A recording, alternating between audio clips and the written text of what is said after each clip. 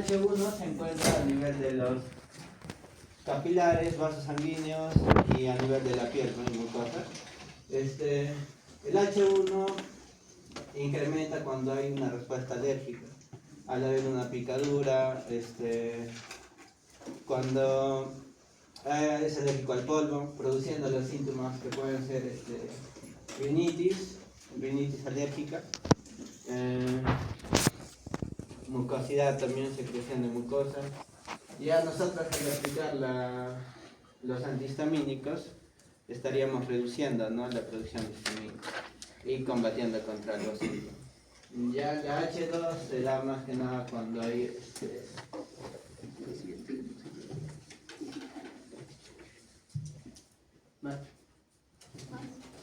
un recordar. ¿Ustedes se acuerdan de la histamina? ¿Qué es la histamina? ¿Qué es la histamina? ¿Hay alguien alérgico acá? Yo sé que hay un compuesto orgánico, ¿no? Las alergias, ¿quién es alérgico acá? Aparte del que habla.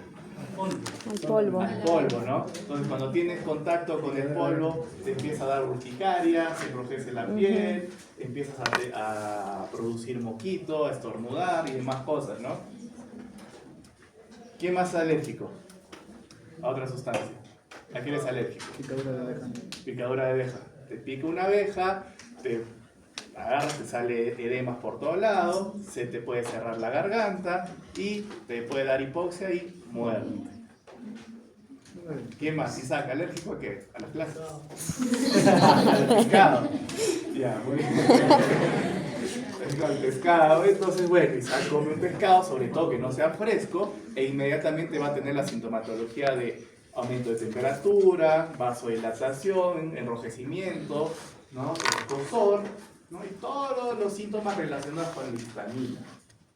Entonces, la histamina es una sustancia, incluso algunos lo consideran un neurotransmisor, que es o tiene propiedades vasoactivas.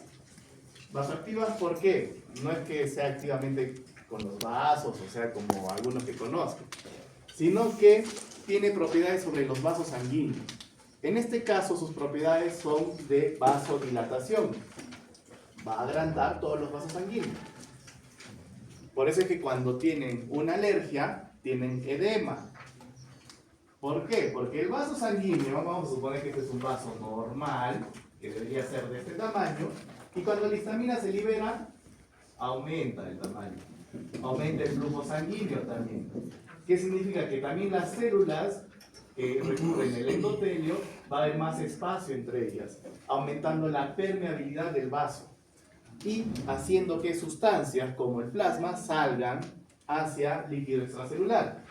Y eso es lo que se transforma en un edema, y si lo queremos decir de forma coloquial, esa ronchita que te sale cuando tienes un problema de alergia.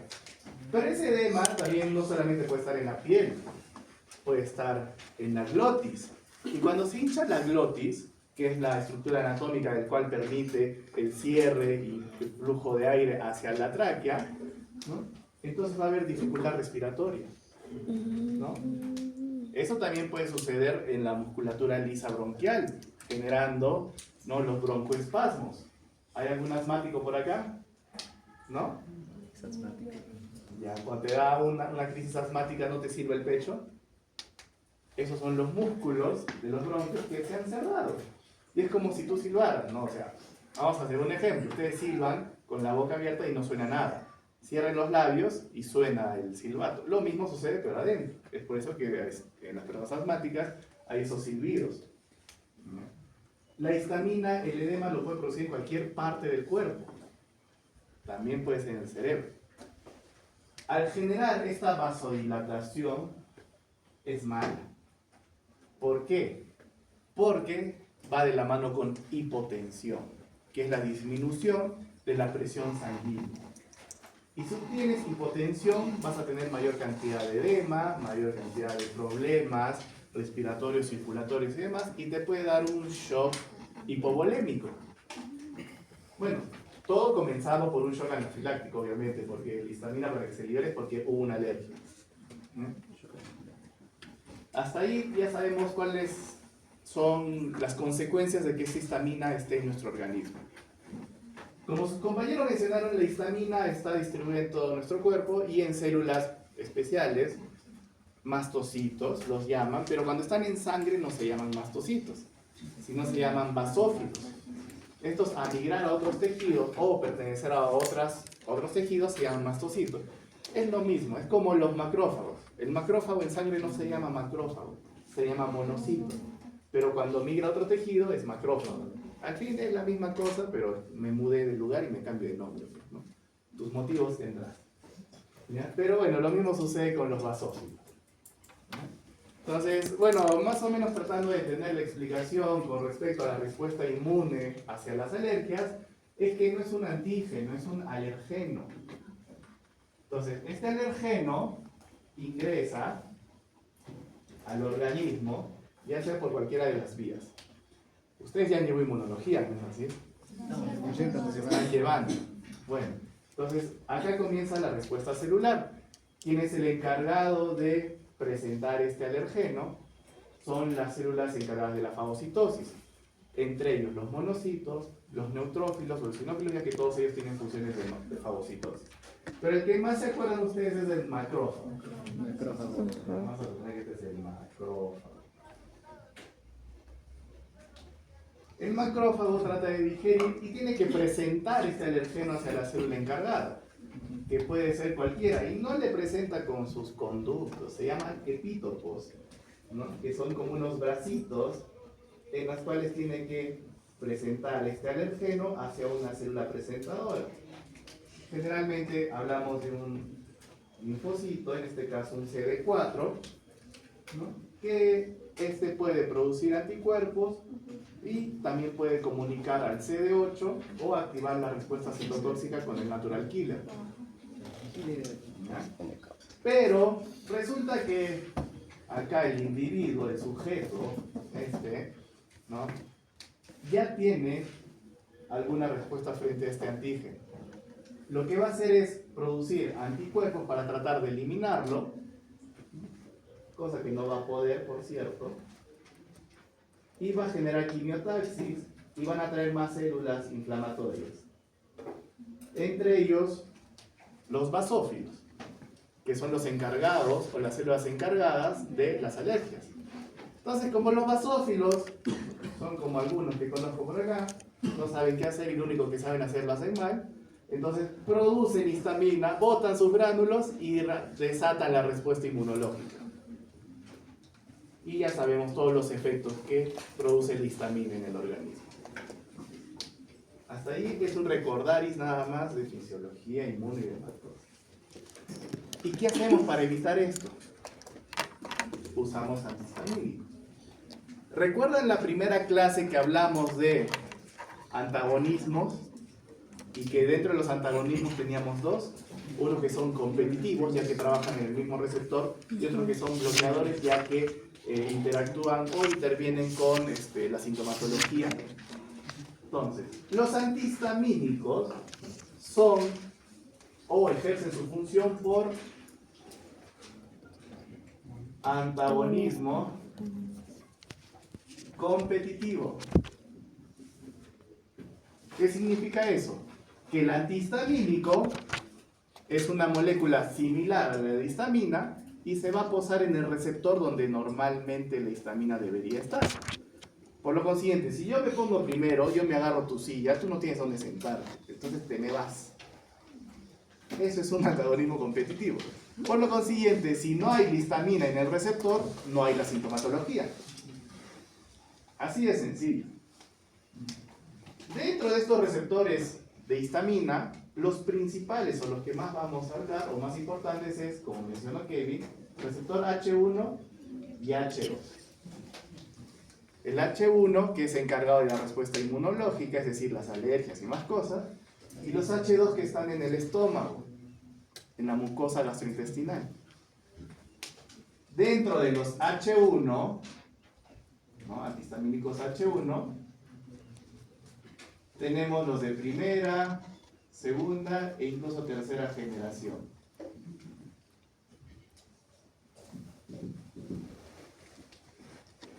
Dentro de los de primera generación, o los más antiguitos, vamos a llamarlo así, ¿ya? Están los fármacos que mencionaron, la clorfenamina. ¿Qué otro más está? ¿La cual? ¿No te escuchó? Dimenhidrinato. O como muchos lo han tomado, con el nombre de Gravol. Eso que te produce o que evita que tengas mareos cuando viajas, eso.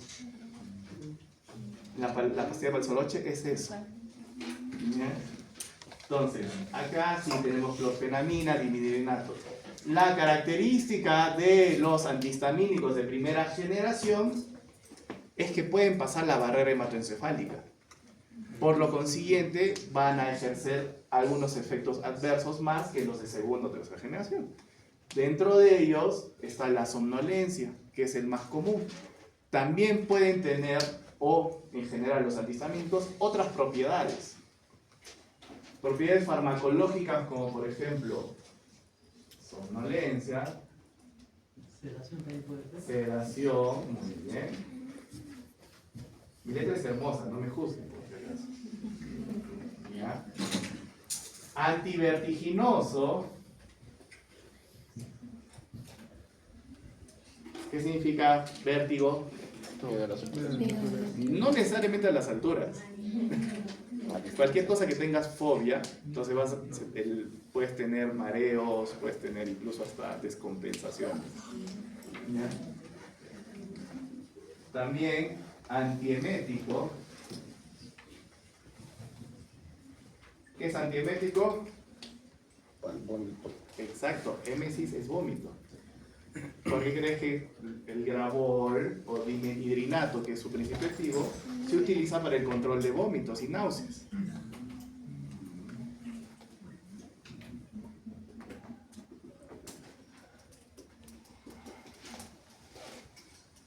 Pero generalmente estos efectos los tienen los de primera generación. Porque, como digo, pueden pasar la barrera hematoencefálica. Los de segunda generación ya no generan esa somnolencia. No pasan la barrera hematoencefálica, ¿no? Son de una molécula un poco más grande, entonces no pueden pasar. ¿Quiénes tenemos de segunda generación? Ranitidina. Cetiricina. Ranitidina.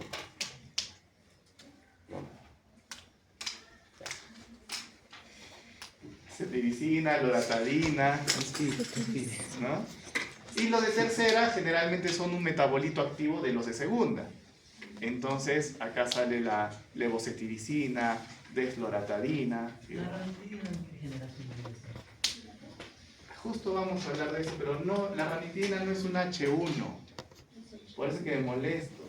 La ranitidina es un H2. ¿Y dónde están los receptores de histamina tipo 2?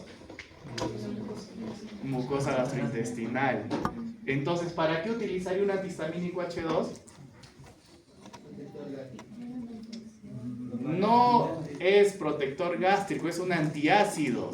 No protege tu estómago. Lo que hace es evitar la producción por medio de la histamina, ¿no?, del ácido clorhídrico. Ese es un antiácido. No sé quién les pone en la cabeza protector gástrico. Ajá, inhibe la producción. Porque ustedes saben que en el estómago, como hay receptores, estos receptores interactúan, fisiología se ya han llevado, ¿no? Sí. Ya, entonces ustedes ya saben que interactúa estómago con páncreas con medio de la producción de gastrinas y más sustancias para la activación de los receptores H2. Los receptores H2 no solo producen mayor ácido, sino que los receptores H2 estimulan a las células principales del estómago a segregar ácido clorhídrico. Si yo bloqueo, nadie la va a estimular. No se va a producir ácido clorhídrico. Entonces, es un antiácido. Que ponga protector gástrico puro y lo firmo acá que lo voy a hacer. Lo voy a ver varios ciclos. ¿Ya? Dentro de los H2, ¿qué fármacos están? Ranitidina. ¿Qué más? Cimetidina. ¿Qué más? Famotidina. ¿En en el que en realidad el primero que salió fue la cimetidina, que ya está fuera del mercado, en realidad por los efectos adversos que tenía, que demoraba la tasa de depuración glomerular en el riñón. Luego salió la ranitidina, que como dicen por acá, es más mejor, menos peor, ¿no? Y la famotidina, que es más reciente que la ranitidina, que también es muy bueno con los efectos antiácidos que tiene. Mucho cuidado al emplear la ranitidina vía intravenosa en perros, porque produce emesis si lo ponen de manera rápida, es decir, vómitos. Tú ni siquiera terminas de ponerle y el perro ya está vomitando. Si es que la van a usar, no digo que sea mala, por cierto, recomendaría que lo utilicen por vía subcutánea para evitar todos esos efectos. Y esto así de fácil con respecto solamente a antihistamínicos. Ahora sí nos vamos a lo difícil, que son los glucocorticoides. Los glucocorticoides también son o tienen efectos antihistamínicos, pero no porque bloqueen los receptores, sino por sus mecanismos de acción. ¿No? Disminuyen la permeabilidad vascular. ¿Eso qué significa? Pueden evitar los edemas, cosa que la histamina o cuando hay procesos alérgicos hay edemas. ¿Qué más van a hacer? Bueno, al activar una serie de mecanismos y entre ellos interactúa con el sistema renina-angiotensina-aldosterona, va a evitar los edemas también. No va a hacer que, normalmente en este sistema lo que hace tu organismo es retener sodio y eliminar potasio, y el sodio jala líquidos, entonces por lo consiguiente se forma también edemas. Bueno, el glucocorticoide va a evitar eso también. El glucocorticoide también tiene funciones con el sistema inmunológico, como mencioné el grupo. Se utiliza para disminuir la respuesta celular humoral y también se utilizan para inmunosuprimir al paciente. ¿Cómo lo inmunosuprime? ¿Cuál es el mecanismo de acción? Bueno, es porque evita la replicación del material genético de algunas células encargadas de respuestas, como los linfocitos. Es por eso que los glucocorticoides se pueden emplear en pacientes con algunos tipos de neoplasia, como los linfomas. Por si acaso, nunca me van a escuchar decir la palabra cáncer, porque está mal dicho. Ustedes son estudiantes, ustedes no pueden mencionar la palabra cáncer. Ese es un término coloquial que las personas lo dicen para entender, porque ustedes saben que el término adecuado es neoplasia. Neo, nuevo, plasia, crecimiento. ¿Ya? También al que me escriba cáncer o le escucho cáncer, lo voy a ver varios signos. Los glucocorticoides también tienen otros mecanismos de acción, porque también son antiálgicos. ¿Y cómo lo hacen? Por medio de inhibición de las ciclooxigenasas, como los AINES. Pero no solamente van a inhibir la ciclooxigenasa, sino que a diferencia de los AINES también van a inhibir la lipoxigenasa. La lipoxigenasa es por medio de la oxidación de los fosfolípidos. Y dentro de la lipoxigenasa tenemos a los leucotrienos. ¿Qué son los leucotrienos? Son citoquinas inflamatorias. ¿Qué es una citoquina? Es una sustancia química que cualquier célula inflamatoria puede producir para atraer más células inflamatorias o generar más inflamación. Los leucotrienos los menciono ¿por qué? Porque esta sustancia inflamatoria se encuentra mucho o generalmente hay más leucotrienos en el sistema respiratorio. Es por eso que cuando hay problemas inflamatorios o demás, vamos a tener una respuesta inmunológica exagerada, en este caso por elevación de leucotrienos. Y adivinen quién interactúa con los leucotrienos. Los corticoides. Ahora sabrán de por qué cuando había problemas inflamatorios por tema de COVID usaban dexametasona. Así de sencillo. para evitar justo el estímulo leucotrieno. Y eso también es bueno, ¿por qué? Porque, por ejemplo, generalmente, y muchos veo que al gato lo tratan como un perro pequeño. Bueno, hay muchas diferencias. Aparte de que uno ladra y otro maulla, es que los gatos son muy propensos a desarrollar problemas respiratorios. No solamente origen viral, sino, por ejemplo, los problemas alérgicos respiratorios son frecuentes en gatos. El asma felino, cosa que en perros es escaso o nulo. ¿Por qué? Porque los leucotrienos en gatos están más frecuentes en el árbol respiratorio, mientras que en perros hay en menor cantidad. Entonces, ahí pueden hacer variaciones con respecto al tratamiento. Ahora, los glucocorticoides tienen más mecanismos de acción todavía.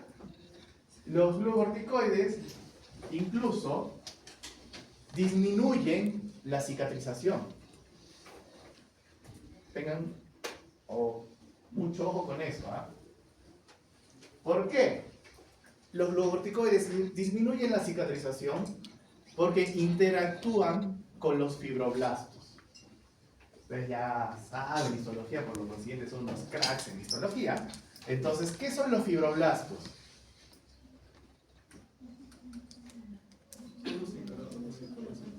¿Son los encargados de qué? ¿De colágeno? De algo muy sencillo.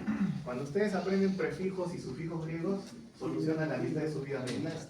Blastos es algo que produce, y fibro, bueno, células fibrosas. Los fibroblastos son los encargados de producir a los fibrocitos. Y los fibrocitos son los que producen el tejido cicatrizal, o los que prácticamente cuando te arañan y luego se forma esa rayita blanca cicatrizada, son fibrocitos o tejido fibroso. Entonces, si interactúan con los fibroblastos, aquellos que se encargan de producir a los fibrocitos, ¿qué va a pasar? La cicatrización no va a haber, o va a demorar. Por lo consiguiente, está contraindicado el uso de glucocorticoides, por ejemplo, cuando hay úlceras corneales. Exacto, aquellos que recetan una sola gota para toda patología ocular, ahí está el problema. Porque la úlcera corneal puede ser tan fina como una aguja que no te des cuenta y tú digas, es una simple conjuntivitis, ni siquiera hiciste la prueba de fluoresceína ni nada. ¿Y qué sucede? Le manda su gotita que tiene generalmente 3 cosas, que es gentamicina, dexametasona y lidocaína, no voy a mencionar nombres. ¿Y qué resulta? Que este paciente a la semana tiene un hueco en el ojo, de donde antes era un alfiler y entra un dedo. Y si le siguen echando la gota, va a perder ese ojo, si es que ya no lo perdió. Entonces, también, si tienen algún paciente que lo han operado, van a saber que si ustedes aplican glucocorticoides, esa cicatrización que debió darse en 5 a 7 días, bueno, va a demorar el doble.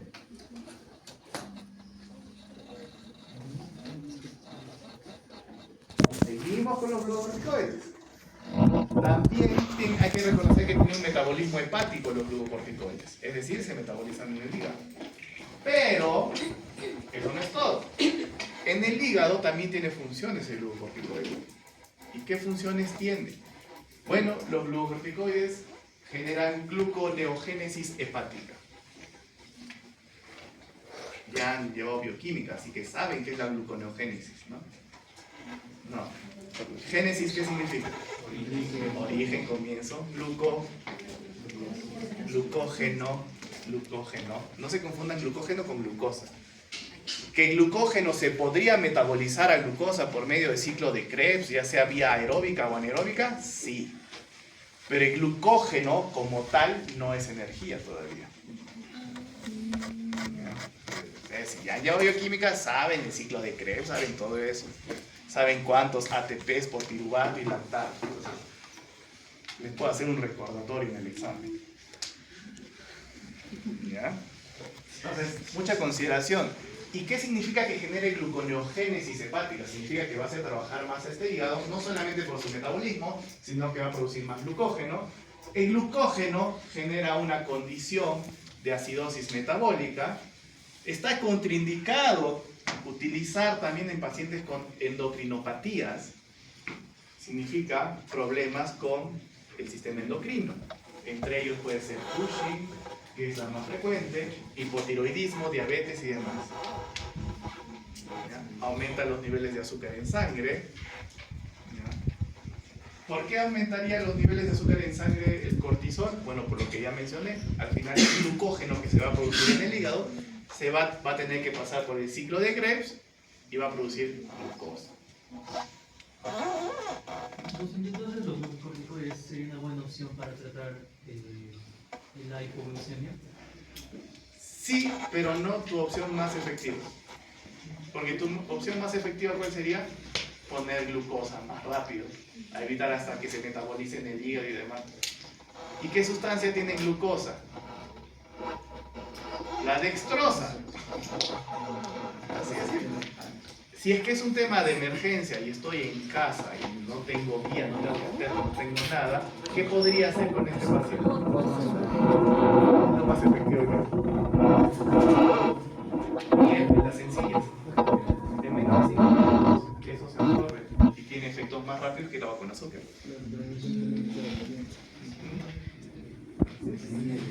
Stevia. No, stevia lo mata. No, es que la stevia no es azúcar, no, ni se va a metabolizar en glucosa. ¿Por qué? Porque la stevia es un endulzante, un endulcorante, más no tiene propiedades energéticas. ¿Por qué crees que dice 0 calorías? No hay energía, más bien vas a generar más hipoglicemia. O sea, lo vas a matar más rápido. Claro. Bueno, ahí hay unos estudios en los cuales indican que las personas que padecen de prediabetes o lo que se llama resistencia a la insulina, no se recomienda que consuman stevias, ni sucralosas, ni nada de esas cosas. ¿Qué pasa? Cuando tú sientes algo dulce, el organismo lo reconoce como glucosa. Obviamente no lo es. Entonces va a empezar a liberar insulina. ¿Pero para qué? Si no es glucosa. Entonces tu organismo y tus células, por lo consiguiente, se van a hacer resistentes a esta insulina. Entonces vas a aumentar a que te dé más diabetes.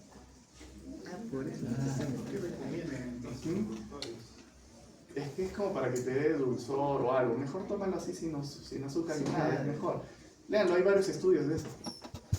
¿No? Por eso es que la FAO considera que es un fármaco potencialmente peligroso, ¿no? Si es que no es usado de manera adecuada.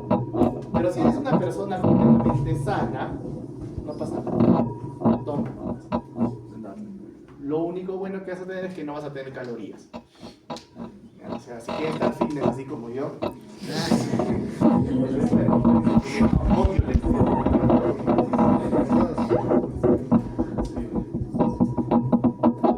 luego, hablando de los glucócorticoides, bajamos del hígado y nos vamos a las glándulas adrenales. Solo que en medicina veterinaria se llaman adrenales y en medicina humana es suprarrenales. ¿Alguien sabe por qué?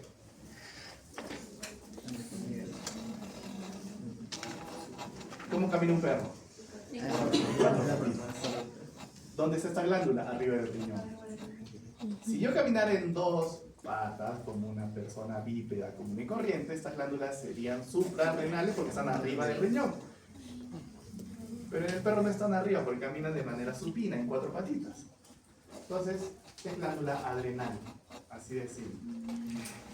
Ustedes saben que por histología esta glándula tiene 2 partes, una corteza y una médula.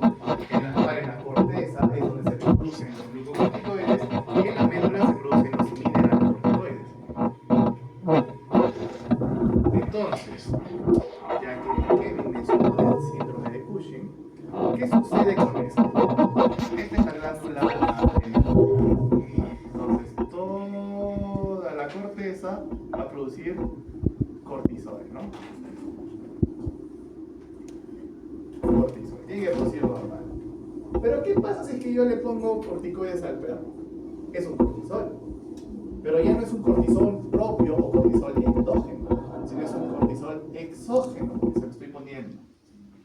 Entonces, ¿qué hace la glándula? Dice, ¿para qué voy a producir cortisol si ya hay cortisol en sangre? Entonces, ¿sabes qué? Muchachos, hay que descansar un ratito. no hay que hacer la chamba.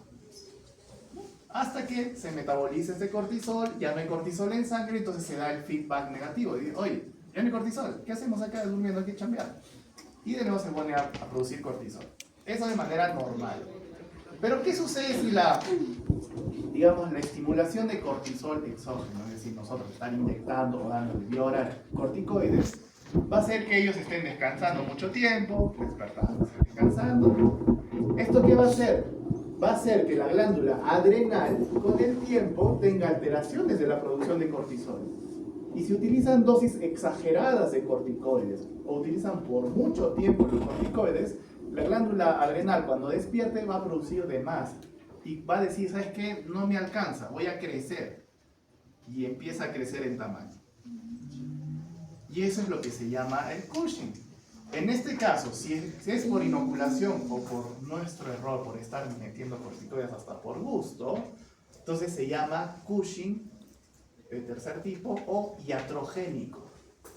Iatrogénico es propio, es nuestra culpa.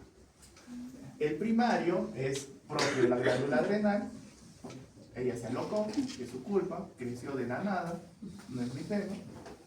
Y de segundo tipo ya es por el problema del sistema nervioso, de la glándula pituitaria o hipófisis, que está mandando mucha señal a esta glándula para producir el cortisol.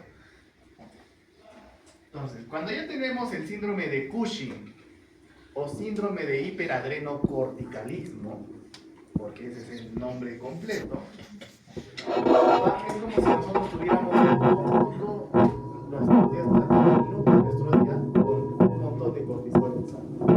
Entonces vamos a estar con policia, tomando bastante agua, polifagia, que da miedo, ¿no?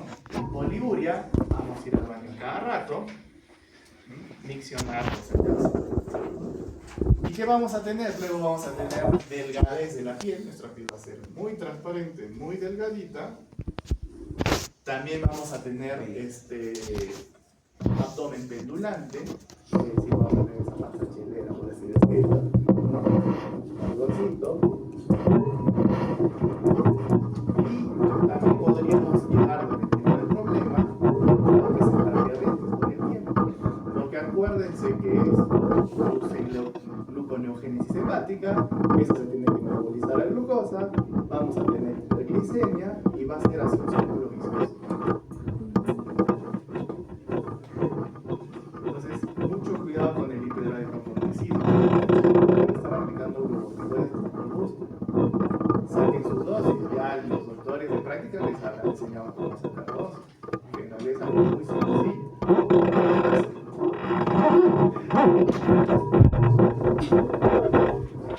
Dentro de los glucocorticoides, ya que hemos mencionado su mecanismo de acción y sus, su acciones en diferentes estructuras, hay que tener en consideración una cosa.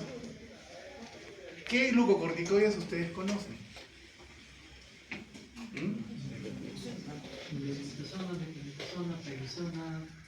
Dexametasona, betametasona, fluticasona, prednisona, prednisolona, mometasona. Y ahora, no se memoricen eso de todo lo que termina en zona. ¿Ya?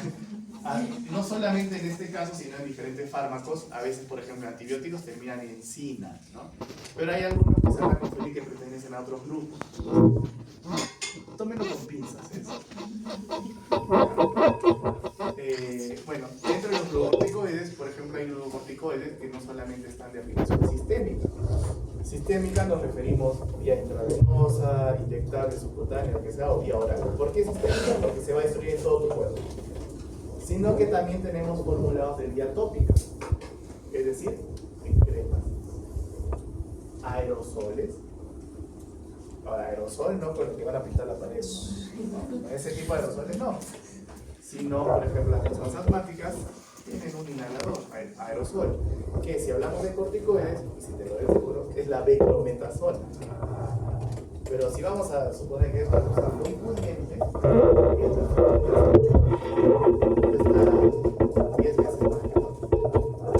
pero los efectos adversos son menos.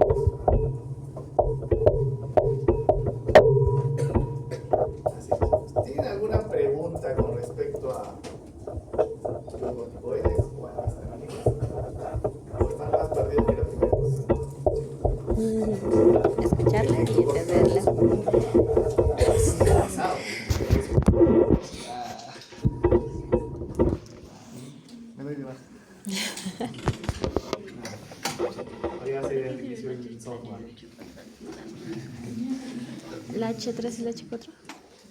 No lo explico. El H3 y H4 se explicó H1 y H2, pero H3 y H4. No, vamos a agarrar solo 1 y 2.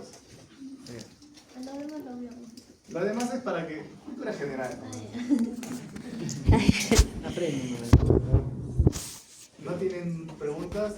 ¿O todo es preguntas? Todo es preguntas. Entonces preguntas y después. ¿Vale? Yo también. A ver, con respecto a lo corticoides, hemos hablado de bastante fisiología. En general, ¿no? Con los antihistamínicos también. Yo creo, o más bien yo pienso que ustedes, creo, que no son de los alumnos que pasan un curso y luego se formatea el cerebro para el otro curso, siguiente ciclo, ¿no? Es que es mucha información en pocos días. Te acabo de dar una información que yo la recibí 20 años. En 2007 me enseñaron inmuno y fisiología. Y no es un mes. Lo que pasa es que a nosotros nos exigían bastante. Pero yo me doy cuenta que acá no les exigen nada. Es algo muy superficial la información que les dan. Ujú. Nosotros nos hacían tragar un TISAR y eso venía en el examen. El TISAR es el libro por excelencia de inmunología. Ujú. Es que si no saben las pequeñas cositas, ¿sabes cuál va a ser el problema? Que hablando farmacológicamente y ya más adelante en el tema de la terapia, es que pequeños detalles pueden significar de que tu paciente viva o no. De que te diferencies, es decir, ¿sabes qué? A ver, este fármaco está bien, sin embargo, puede producir muchos de esos efectos. Yo le voy a recetar este que tiene el mismo, digamos, la misma potencia, pero disminuyendo esos efectos adversos. ¿Eso en qué concluye? En que tu fármaco, o más bien dicho, en que tu paciente va a tener mejor evolución sin tanto efecto adverso. Y al final, ¿en qué termina todo? En lo que todos queremos. Más plata para ti. Claro, es que es verdad. Nosotros no estudiamos, o sea, ¿tenemos amor por los animales? Sí, pero no vivimos de amor. Sobre todo tú debes saber de eso. ¿De qué vivimos?